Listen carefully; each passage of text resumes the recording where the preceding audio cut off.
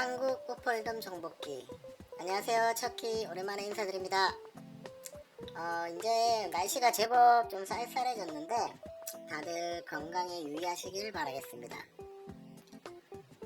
요번 강의 영상이 앞서서 제 근황 토크를 잠깐 하면 저는 최근에 이제 저랑 같이 일하는 분들과 같이 필리핀을 좀 다녀왔습니다.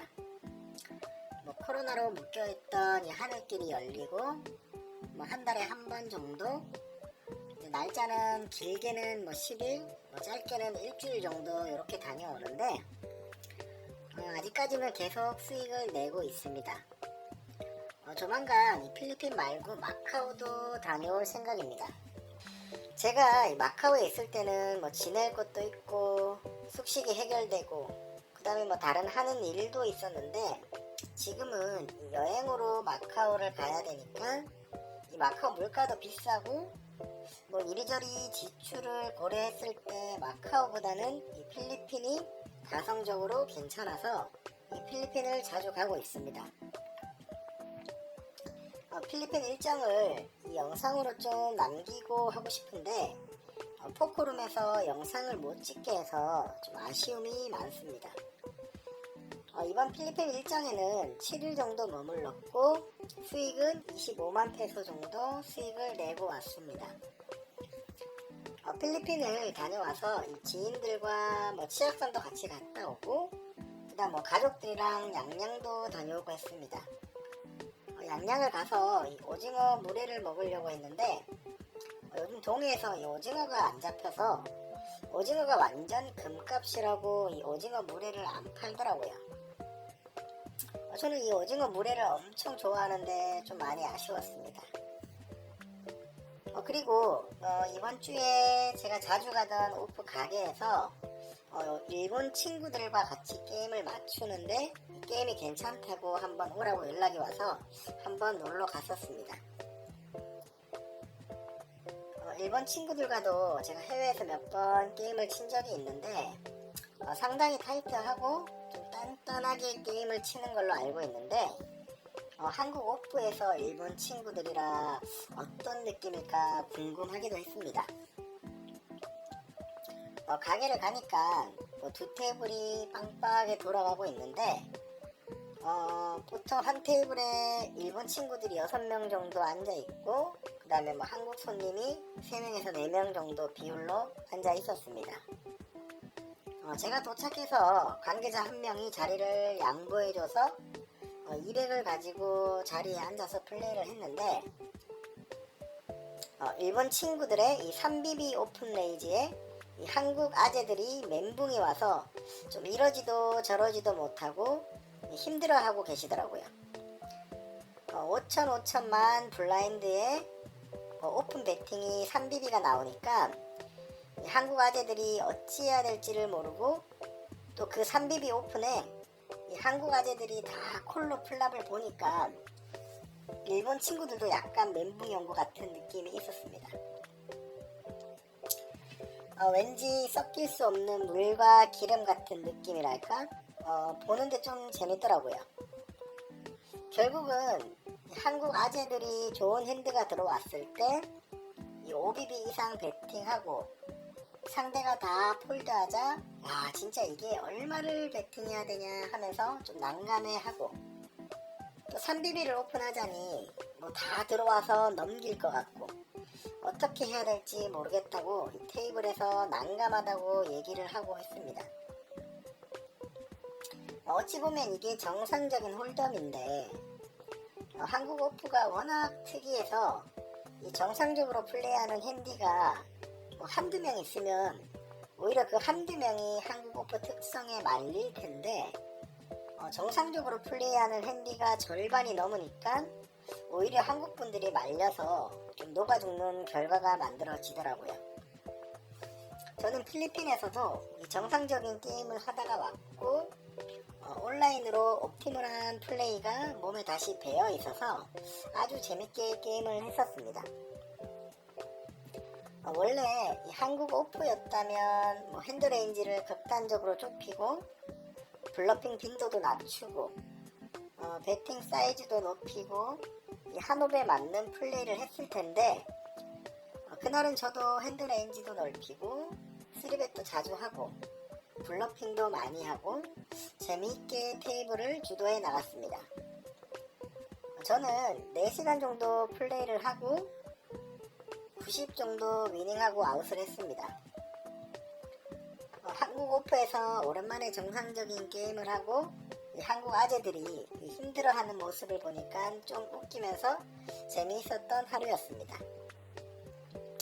제 근황 토크는 여기까지 하고 이번 강의 영상에서는 이 핸드레인지를 같이 만들어보는 시간을 가질까 합니다. 저번 영상에서 이 나만의 핸드레인지를 만들어라 라고 했는데 많은 구독자분들이 연락와서 이 작업이 좀 힘들고 만들기가 어렵다고 연락 오시는 분들이 많았습니다.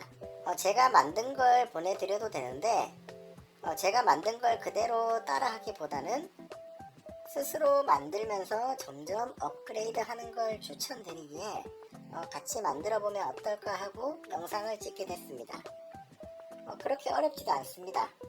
자, 그럼 같이 한번 만들어 보시죠. 일단 나만의 핸드레인지를 만들기 위해서는 나의 성향을 먼저 파악해야 됩니다. 테이블에서 배팅을 주도하면서 공격적인지 조금 소극적으로 플레이를 하는지, 아니면 배팅 없이 플랍을 자주 보는지, 싸게 플랍을 볼 수 있는 상황에도 타이트하게 사용할 카드만 딱 사용하는지 나 자신을 먼저 파악하는 게 중요합니다. 자신의 성향에 맞게 핸드레인지를 작성하고 내가 너무 수비적이고 배팅에 자신이 없을 때는 이 만든 핸드레인지에서 조금 더 공격적으로 플레이할 수 있도록 설정하는 게 중요합니다. 반강제적으로 만들어 놔야 그나마 기계적으로 배팅을 할 수 있습니다.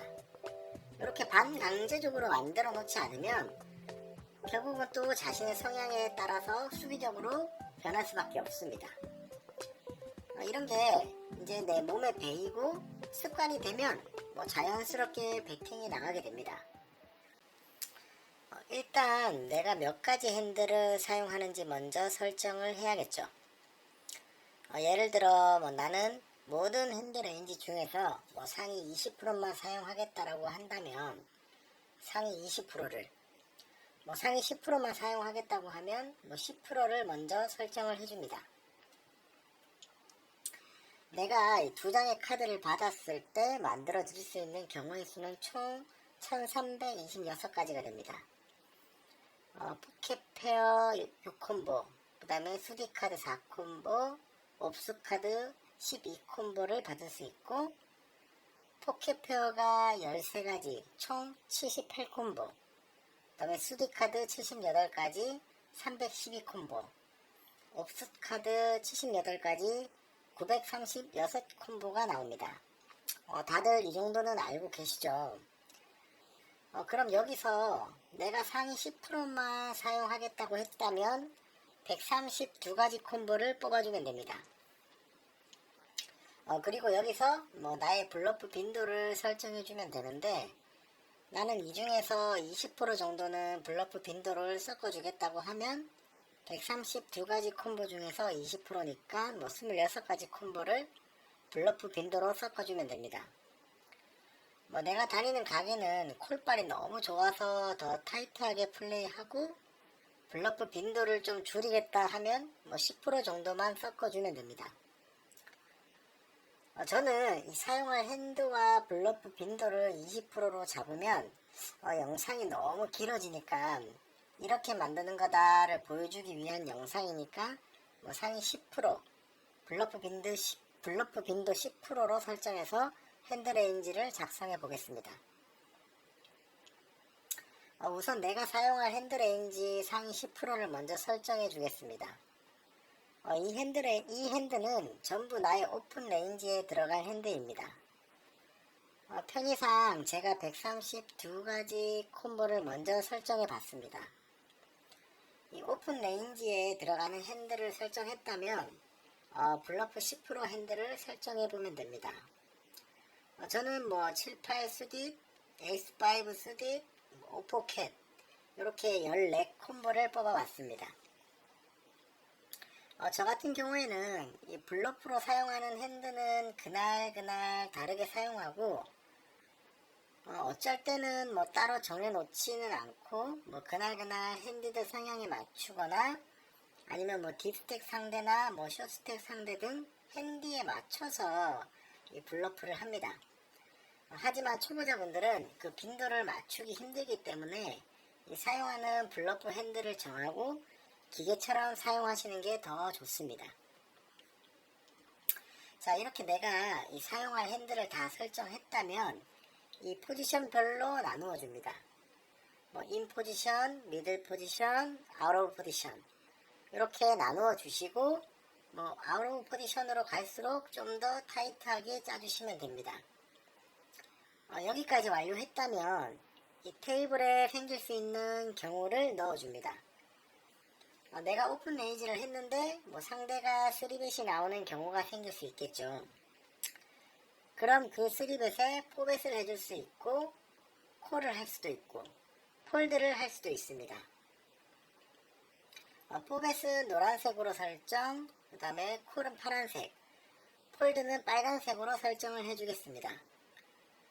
이렇게 설정을 했다면 뭐 또 다른 경우가 생기는데, 이 나의 4벳에 5벳이 나올 수 있습니다. 그러면 그 5벳에 올인을 선택할 수 있고, 뭐 폴드를 선택할 수 있습니다. 5벳에 폴드를 선택하는 핸드는 글자를 좀 진하게 하고 밑줄을 그어 놓으시면 됩니다.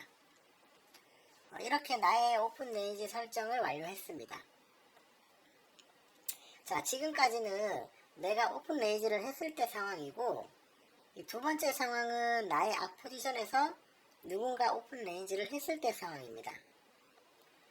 사용하는 핸드는 똑같이 설정을 해주면 되고, 이 경우만 좀 바뀌게 되는데, 상대가 오픈했을 시 나의 선택은 이 3벳을 할 수 있고, 콜을 할 수 있고, 폴드를 할 수 있습니다. 3벳은 노란색, 콜은 파란색, 폴드는 빨간색으로 설정하면 되겠죠. 자, 이렇게 했다면 이 또 다른 경우는 나의 3벳에 4벳이 나왔을 때인데, 이건 역시 내가 5벳을 할 수 있고, 콜할 수 있고, 폴드를 할 수 있습니다. 폴드할 핸드는 이 글자를 진하게 하고 밑줄을 긋고, 콜은 밑줄을 2줄 그어주면 됩니다. 한국 오프에서 4벳은 거의 에어라인이나 킹파켓일 가능성이 크기 때문에 뭐 에이스킹, 마담파켓, 잭파켓은 인정하고 폴드를 해주는 게 좋습니다. 저 역시도 그렇게 하고요. 내가 마담파켓인데 상대 오픈벳에 3벳을 주고 4벳을 맞았을 때 간혹 가다가 숏스택 에이스킹이 올인을 넣을 때 말고는 거의 뭐 에어라인이나 킹파켓입니다. 그래서 이 한옵에서는 4벳이 나왔을 때 마담파켓이나 잭파켓, 에이스킹은 폴드하는 게 더 맞다라고 생각합니다.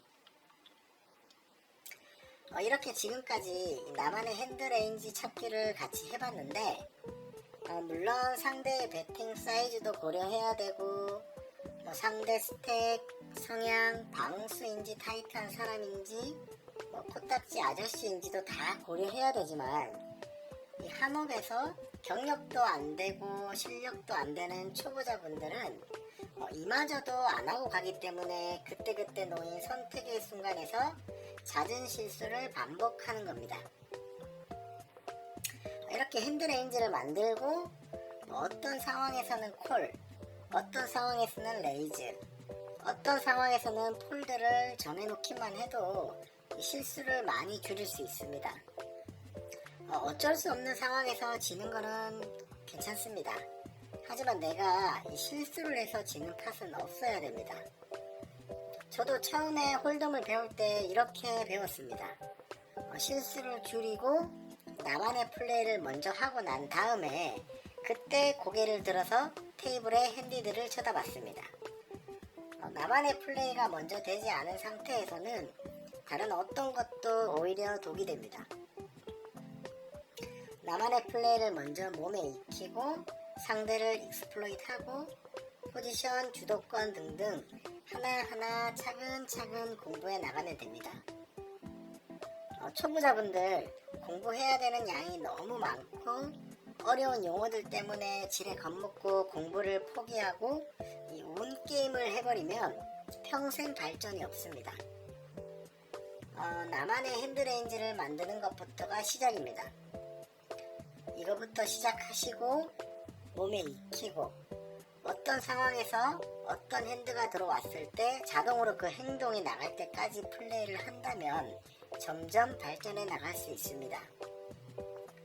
남들은 공부해서 죽기 살기로 하는데 그냥 운에 맡기는 플레이를 하면 100점 100패입니다. 이 점 꼭 명심하시길 당부드립니다. 오늘 영상은 여기까지 하겠습니다. 이상 척키였습니다. 감사합니다.